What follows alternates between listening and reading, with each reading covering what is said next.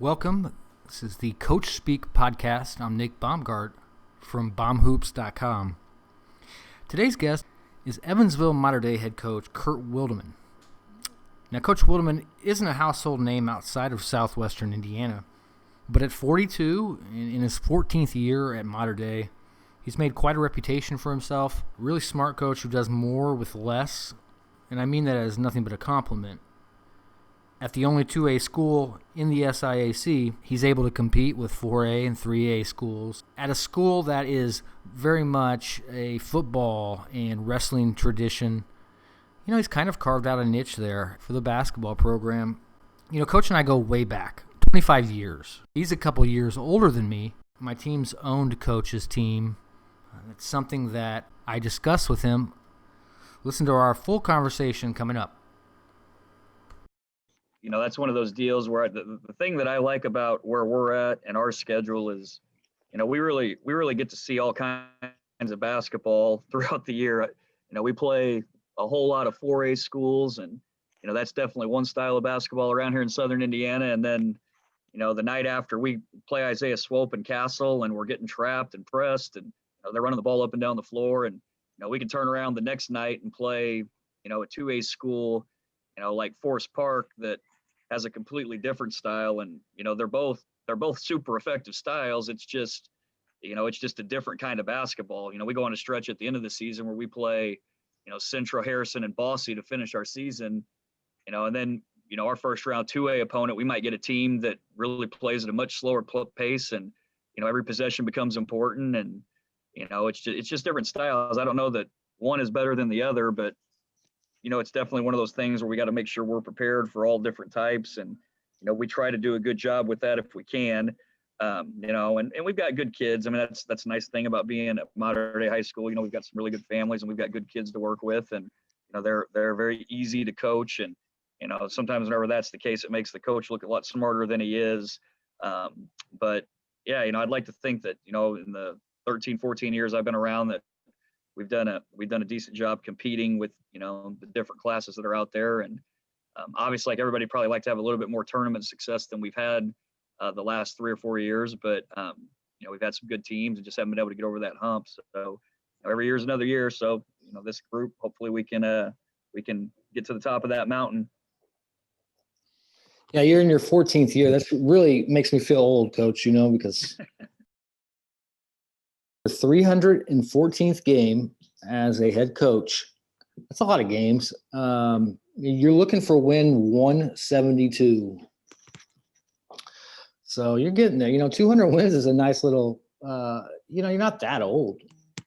You know, just really always tickles me to see you doing well. Because like I said, you know, we competed against each other. And I gave you 3 L's, Coach. All right. That's true. Yeah.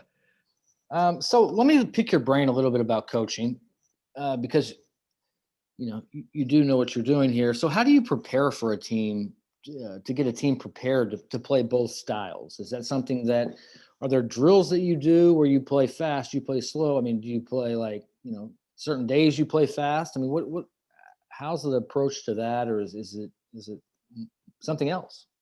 Yeah. You know, I think what we try to do is we try to figure out how we want to play. You know, and I don't think it's any secret, you know, teams that watch us, we like to play fast. You know, that's a challenge whenever you're playing against some 4A schools, because they also like playing fast, and sometimes their fast is a whole lot faster than ours. But I think our big thing is we try to figure out how we want to play. And, you know, the thing that I've always done, and I know everybody does it a little bit different, is I'm a big believer in not trying to fit the square pegs into the round holes, or however they want to say it. So, you know, we sit down and we really take a look at pieces we have to work with. And, you know, the previous years to this year, we had a really nice inside presence with guys like Tyler Phelps and Logan Carter. And, you know, even back before that, we had some really good size, and thought we had a pretty good post presence. And, you know, we really played the last couple years a lot more through the post. And, you know, when those guys graduate, you know, this year we're much more guard oriented, and our strength is out on the perimeter. And teams that have seen us play, you know, we've really kind of completely switched up our offensive philosophy here about how we go about it. So I think for us, we try to figure out how we want to play. And then, you know, heading into those games, we try to see how we're going to get to our style.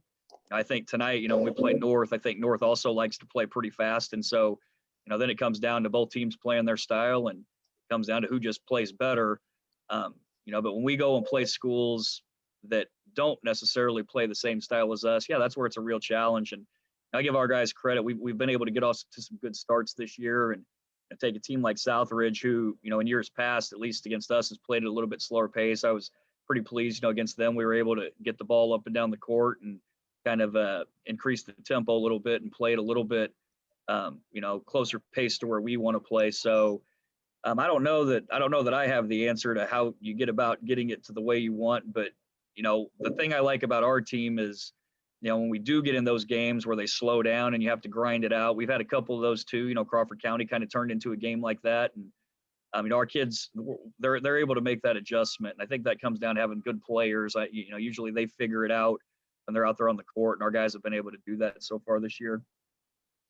Yeah. How are you able to continuously restock? I mean, that's kind of where you're at. I mean, Kurt, there was a time, and I know you still battle wrestling a little bit, but people don't realize that there was what was that, 5 or 6 years that Mater Dei won the state championship year after year after year when we were in high school. That was the thing to do.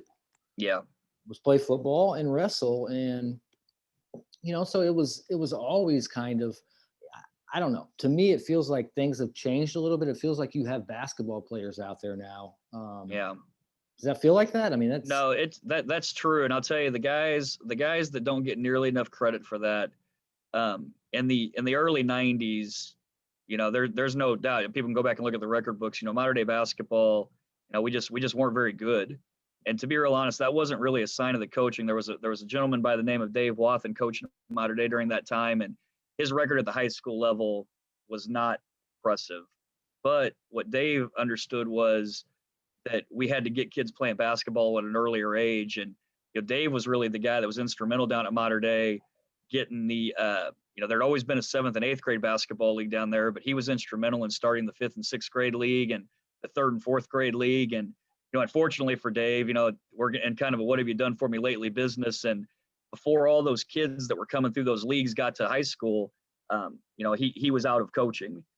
And so, the guy that followed him up, Roger Sills, he really took what Dave had built. And, as those players started coming into high school, Roger really started to produce a winner.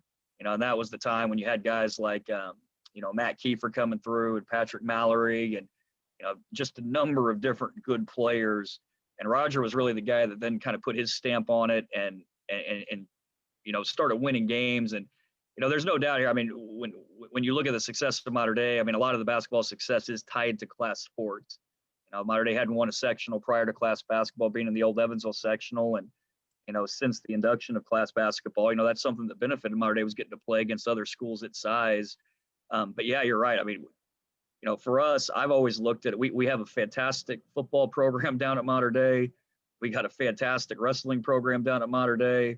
Our baseball program's been very successful. And I don't look at that as a detriment. I always kind of look at that as a bonus, that success, when you get those kids that know how to compete, know how to win, that tends to rub off. And I know I spent some time around Bruce Pearl over at USI, and not going to say I'm good friends with him still, but still, occasionally when you see him, you get to talk to him. And I know he always had that approach that, when he was looking for a college basketball job, like to me, I would be nervous about going to a place like Auburn that was a football school, but, Coach Pearl always talked about how, Auburn's a winner, and if you have that in your DNA and, you know how to compete, you know how to win, like that's the place where you want to be at. And, for us, it's the same thing. I mean, I think those other programs have helped lift our basketball program, to where we want to be. Not that we have the same number of state titles as our wrestling program, but that we can consistently put a good team out there and the kids play hard and they compete and, they represent the school to the best of their ability. And, so for that point, we're pretty proud of how far the basketball program's come. Well, I mean, I'll just put it out there and be honest, because we're friends and you see it, you understand it. And, people didn't respect Mater Dei basketball when, just as you were starting to, when we were in high school. I mean, it was starting to turn, and definitely people like you. I mean, competitive, tough. I mean, somebody asked me the other day, what kind of player Coach Wildeman was. I said he was exactly the kind of player you think he would be when he coaches. Like that's same kind of expression, just very businesslike. No frills, lefty, but there was a time when it just didn't get a whole lot of respect.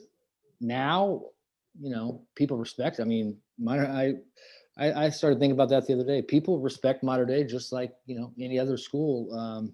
So I think that's pretty cool. Pretty neat stuff you guys got going there.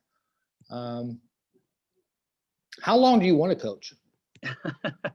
Yeah, that's a good question.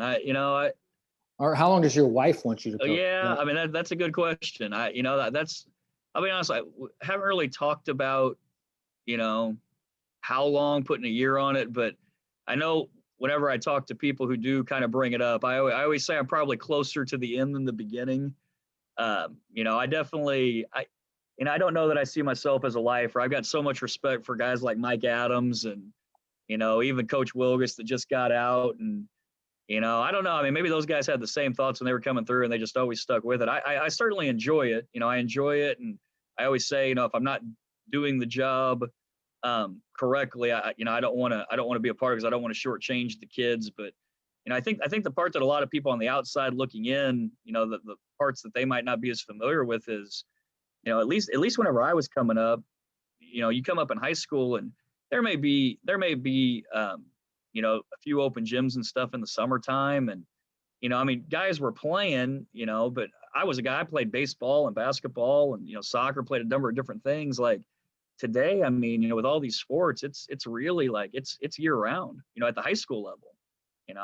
There's teams, like our team, for instance, not this past summer, but in previous summers, you got open gym 2 days a week through the summer, and you might play 15, 20, 25 games, and you get back to school and that window starts to start practicing. So it really is.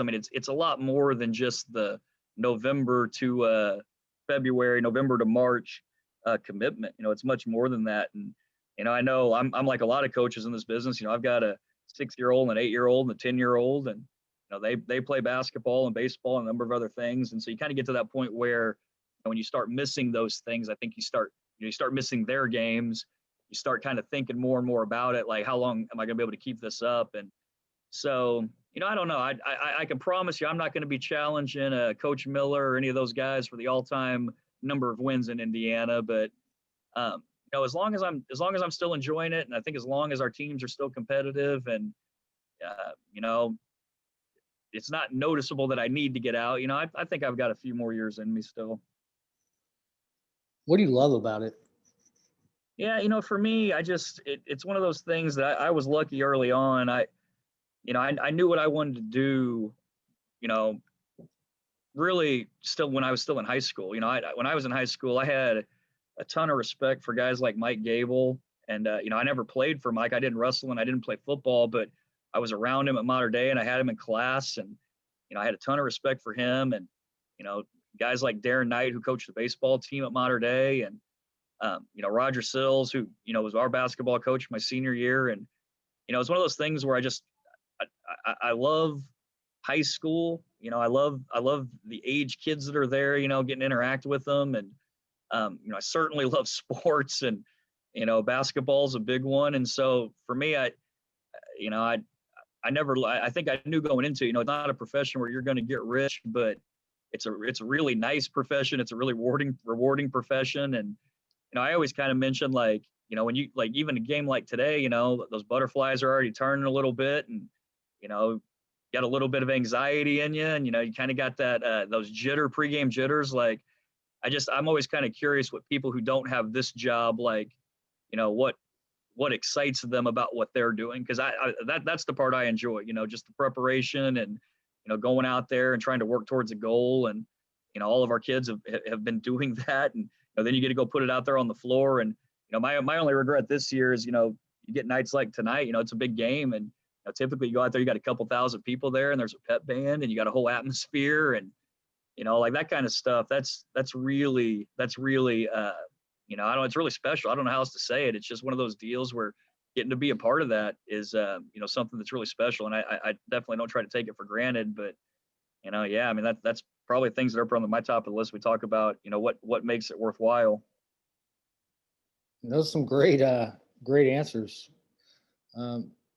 Like when you do decide to hang it up, hopefully that's a long time down the road. What do everybody looks back on their coach and says, oh yeah, it was this or that. I mean, it's just what happens.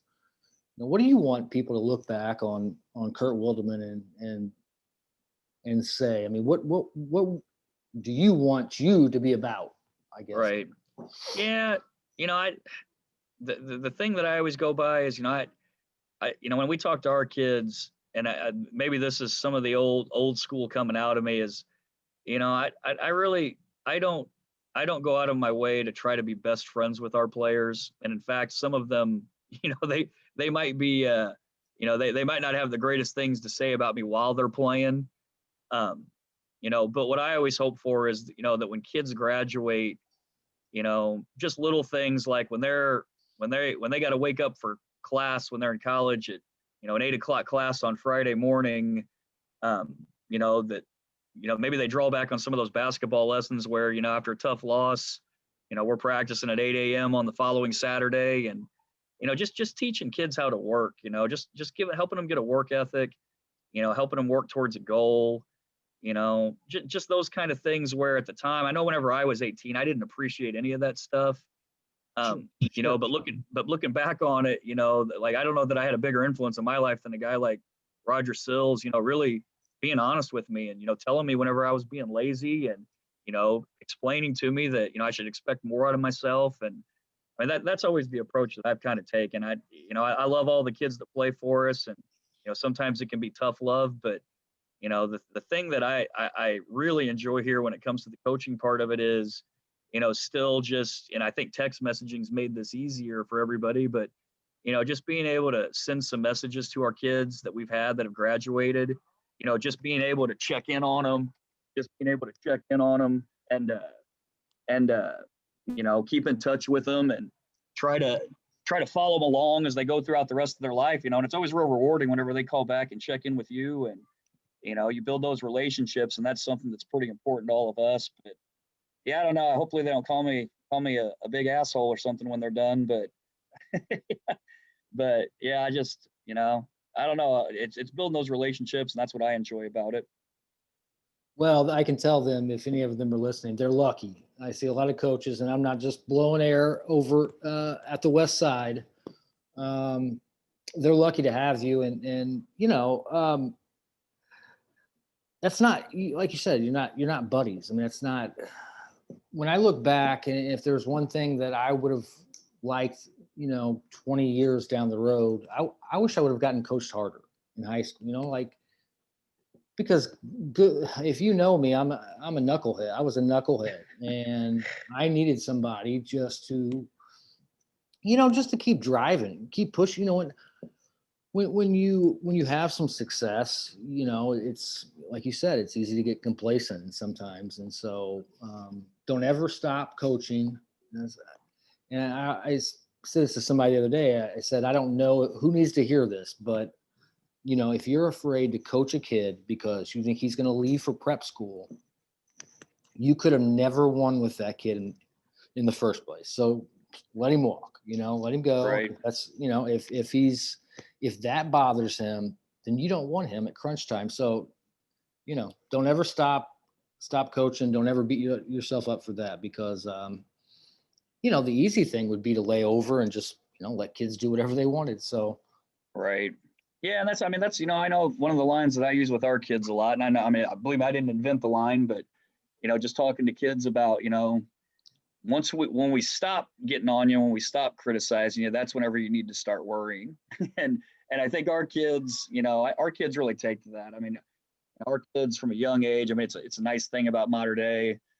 We've got some good coaches and all the different programs. And, I think with those kids, I think they get a pretty similar message from basketball to baseball to football to wrestling. And, and a lot of those kids, there's an advantage. Guys like Mike Gable have been coaching at Mater Dei for, 30, 40 years now. Same way with people like, Darren Knight and, a lot of these kids, or a lot of these kids that are playing now, their parents played for coaches that are still at Mater Dei. And so that message has been pretty continuous, and, the parents understand it. And I think the kids understand that. And, I 100% agree with you. It's a special kid that's willing to take that criticism, but it goes back to what I was saying earlier about, that's something that those kids can take later in life. Your boss isn't always going to tell you when you're working your job that, hey, you did it just right and it was perfect and congratulations. There's going to be some criticism there, and kids that learn how to get that criticism and work with it and make themselves better. I think those are the kids that go on to have a chance to be really successful later in life.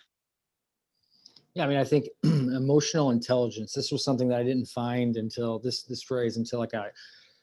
Well, I went to IU, and then I ended up going back and getting my education certification or whatever from USI at 23, and I had to take a child development or child psych class or whatever, and we got into emotional intelligence, and just being able to be calm in the moment, when everything around you is going crazy and your heart's beating, your emotions, anger, whatever emotion that you feel during a game, if the people who are successful are the ones that can kind of block it out and just kind of, they don't get sped up, they do their thing.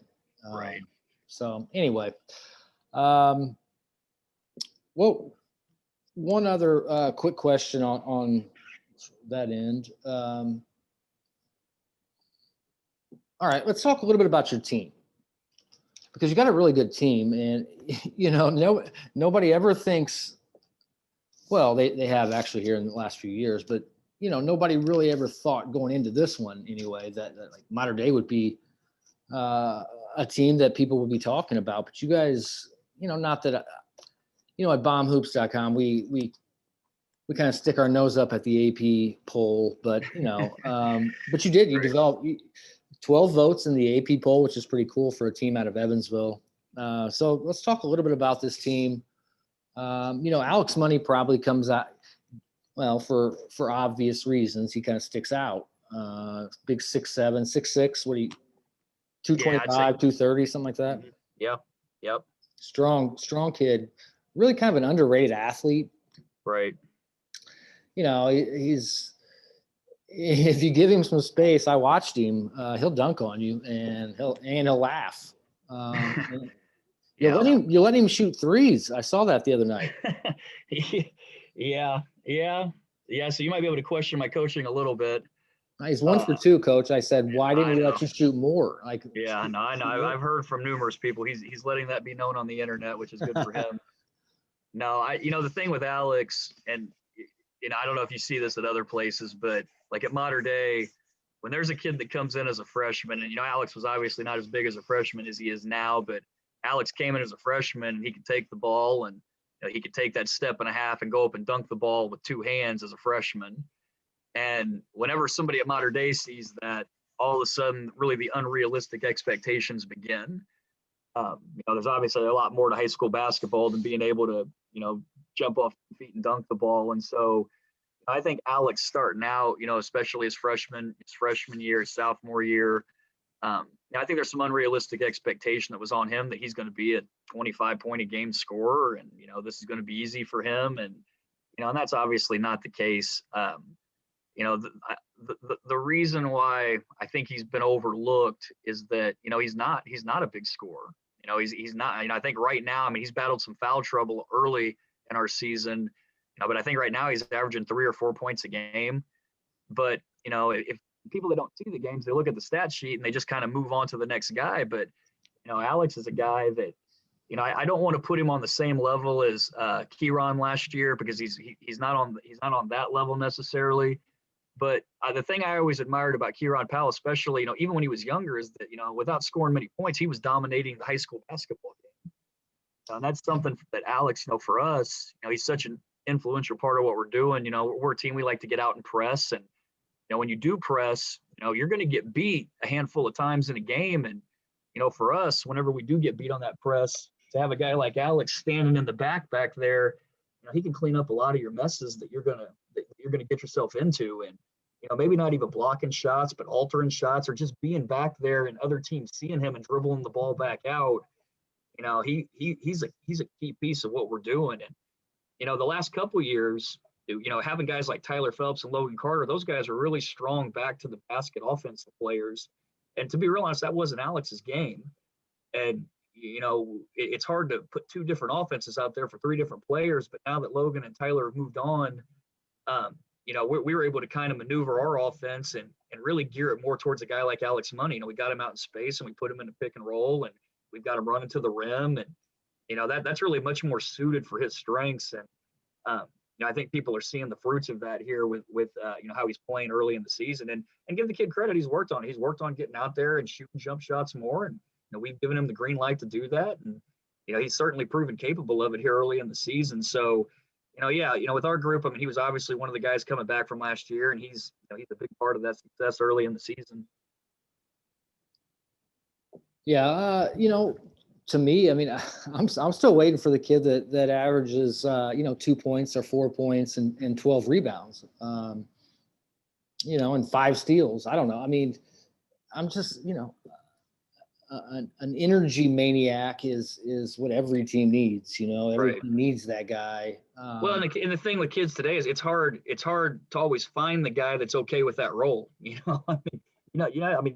We're probably as guilty of it as anybody. When the game's over, usually the first stats that are put up onto the internet is who led the team in scoring. It's not who altered the most shots or who deflected the most passes or, who was the biggest presence in the paint.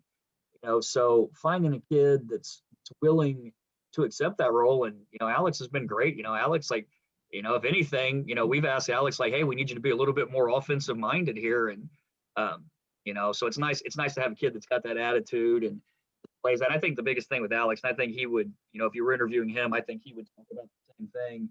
He's really matured a lot, from his freshman year to his senior year. There's I don't think it's any big secret. He came in and, when things would get heated in a game, his temper sometimes might get the best of him. And, really he's made big jumps here. If you're around him every day, you see him, but he's made big jumps from his freshman year to his sophomore year and then again to his junior year. And he had a really tremendous jump this year heading into his senior year. And people forget with high school kids, that's what it is. I mean, kids are growing up, they're becoming more mature. People sometimes expect them to be that way at age 14, and it's just not going to be that way all the time. So, he's a good kid. And, people that watched us might have saw, he had a really terrible high ankle sprain against Crawford County in the first minute of that game. And it looked bad. I wasn't expecting him to play again until, significantly after Christmas time. And, that Saturday or that Friday night we played North Posey, during our walkthrough, he said he wanted to try to tape it up and play. And, we were all kind of, on edge about it. It might not be the best idea, but he was pretty adamant. He's a tough kid and he wanted to play. And he taped it up and he got out there. And man, with the way Jonathan Ricketts played that game, thank goodness we had him. He really, really helped secure that win. Who's the heart and soul of your team? I think it's, I know it's a cliche answer, but I think it's our senior class. I mean, all those guys, it's what we talked to our group about is with the conference we're playing. And I mean, you see the Chandler Moores out there and the Isaiah Swopes. And I know I'm forgetting a number of guys right now in our conference, but, even the Owen Deeses and Landers last year, when we go on the floor, I mean, I think all our guys, we're not going to have the best player on the floor. And, our guys understand that. But, what we tell our guys is, our next, 6 or 7 have to be better than the other team's 6 or 7. And, it's something that our kids have bought into. And right now, we've got a group with Ryan Taylor and Landon Foltz and Evan Herr. Those 3 in particular, when they're out there, all those guys are capable of getting hot on the same night, and the good thing is, even if they're not all hot, usually a couple of them are. And so, those guys have done a good job. They've done a good job, understanding that and playing off each other. And, when one guy hadn't had his best game, like the other night, we're playing North Posey. I think Ryan Taylor would let he didn't play a real good half in the first half. He wasn't real happy with the way he played at all. But in that same half, I think Landon Foltz hit 6 3-pointers, and really carried us in that first half. Turn around after halftime, Landon's shot got away from him just a little bit. And next thing you know, Ryan Taylor stepped up and, was finishing at the basket, getting in 1 baskets. And, those guys, they just do a good job feeding off each other. It's a good group. They played together for a long time. And, I think because we graduated so much talent from last year, people kind of looked at that and thought that we'd probably be taking a step back. And yeah, maybe we have, I don't know. But, those guys took that personal, and it's really motivated them. And, they're playing some tremendous basketball right now. Do you have an alpha? Yeah, I think Ryan Taylor is a guy like, he's one of those guys, and we don't get him all the time at Mater Dei, but he's one of those guys when they get out there, he's an athlete, and he's one of those guys that, like, when you look on the basketball floor, when you look on the the football field, like, I know, but like back when I was playing, we didn't have a guy like that. Mater Dei didn't have a guy like that. The best athletes were always on the other team. But Ryan's a guy that gets out there, and he's as fast as the guys on their team. He can jump as high. He's as strong, and I people might not notice it because he's such a quiet kid, but he's competitive. I mean, he's a guy that likes to compete, and he's going to play hard, and he's going to give it. He's not afraid of the challenge by any means. So, I don't know if it would be in his personality necessarily. I mean, he's not going to be an in-your-face guy, but in terms of his presence and what he can do on the floor, I would say probably Ryan Taylor. How good can this team be, Coach? I know I'm gonna let you get out of here because I know you got a game here, but how good, can you beat South Spencer? Yeah. Straight up. Yeah, I'll tell you what, they're phenomenal. I mean, they really are. I mean, they've got as much talent as any team around here. I'll tell you this, the thing that I like about our group, and it's just the way the game has changed is, we can put 5 guys out there that can take the point shot. And, when you get into that tournament, we learned our lesson last year with that, playing North Posey, a guy like Josiah Ricketts. When you've got a guy that can consistently hit that shot, it's such a game changer. So, if you line us up in South Spencer and, we play 100 games, they're going to win probably the overwhelming majority of them. But, if we can catch them on the right night and, our guys show up to play, I feel like we've got enough talent here to compete with teams. But, I think Forest Park can say that. We played North Posey the other night. They've got a really nice team. With that sectional, it's never as easy as anybody wants to make it out to be. There's everybody can play in that thing, and it's so difficult to go up there and be able to win 3 games in a row. So, I don't know. I saw Spencer. They're really, really good. I mean, they're as good a 2A team as I've seen. So, I think that's kind of the conversation that us other 2A coaches are having before games is, just kind of like, wow, when you talk about them. But why? What's that? What makes them so good? Well, number one, just the experience. I'm probably forgetting somebody, but they've got all that talent coming back from a sectional championship team, and when you take when you take that, give them all another year of experience. They're obviously well coached, but then you take a kid like Garrett, and talk about a South Spencer guy, man. I know he's from down in Florida, but that guy, he's got South Spencer all over him. I remember his dad playing back whenever we were in high school. But take a kid like that. Just adding in another player like that, just making them deeper. The night we played him up there, I know Ace Kelly was injured that night and didn't play, and the older Donahoe brother was in a cast, and the 2 kids that came in and played the majority of minutes in their place were phenomenal. His younger brother, and I'm forgetting the other one's name off the top of my head without my notes in front of me, but those guys were phenomenal. So it's not just that they've got that core group, but they're so deep, and they just keep coming at you. We played well up there that night. We had a chance. We had the ball in our hand with under a minute left, and had a 3 rim out on us to take the lead. So I don't think we're far off, but that's going to be a really big challenge down the road for whoever gets that draw. Do you have any aspirations of maybe taking, say, hey, I'm going to coach 6 more years. Let me take a big job somewhere. Take a job in Indianapolis or something like that. No. That ship's probably sailed for me. I really like whenever I got into teaching and I got into coaching. I don't know if it was the smartest thing in the world, but my goal was to be at Mater Dei. That's the goal that I had set early on, and I couldn't even tell you whenever I graduated from USI. And Mater Dei didn't have any openings. That was as disappointed as I had been in a while. And I'll tell you, like the crazy thing though is it's always funny how life works out. I was scared to death to go to Harrison. I mean, I'd grown up in St. Philip and went to St. Philip grade school and Mater Dei High School and USI. I was about as sheltered as you could be. So going over to Harrison, that's like going to a major college campus for me, and that was one of the best experiences I've had. Getting to go over to Harrison and meeting the people over there, and hang out with a lot larger group of diverse kids than what we had at Mater Dei. That was the first time in my life I got to do that, and so I enjoyed that. Not just that, but getting to go over there, and I knew Will Wyman from playing basketball, but you talk about a guy that you want to talk about a guy that's underrated as a high school basketball coach. I mean, Will Wyman, he might be one of the best to ever do it. And I know his wins aren't up there with the other guys, but I mean, that guy's got he's forgotten more basketball in a day than I'll probably ever know. And so, being able to spend time around there and learn from him. But I ended up back where I was hoping to end up, and that's probably where I'll be. I don't see anything like any moves, but I always tell people, I don't know if they will or not, but I always tell people, like, over where I'm at, Nick Austin, our JV coach, every year when there's job openings, I always say, there should be athletic directors beating that guy's door down. And I don't know that he's a guy that wants to make a move, but that guy can coach at any level, any class. I mean, he's a big part of the success we have at Mater Dei, but I think it's more likely a guy like that would maybe make a move than me.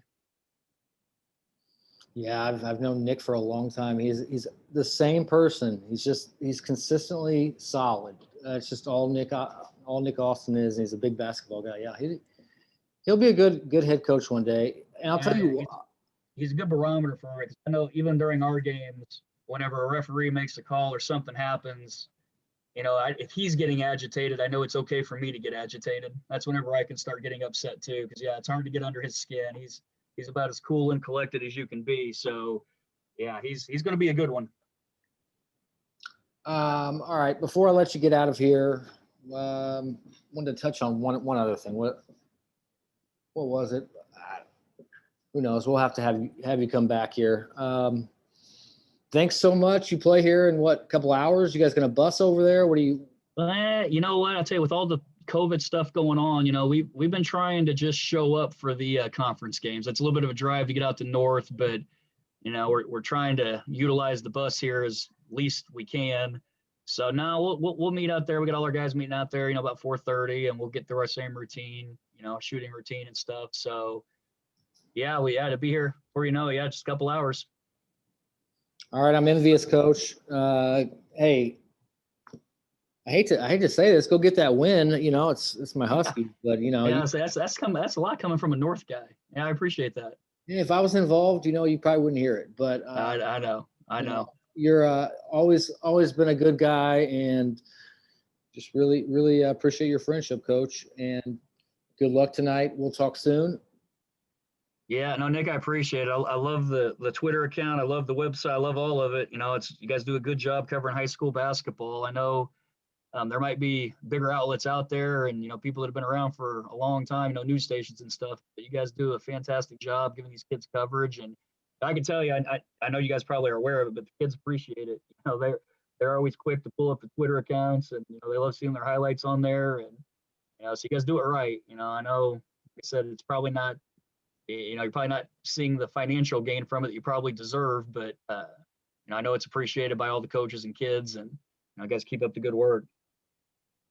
All right, that's the lefty, Kurt Wildeman, Mater Dei head coach. He's very underrated, but if you talk to people around here, everybody in Southwestern Indiana seems to have something good to say about him.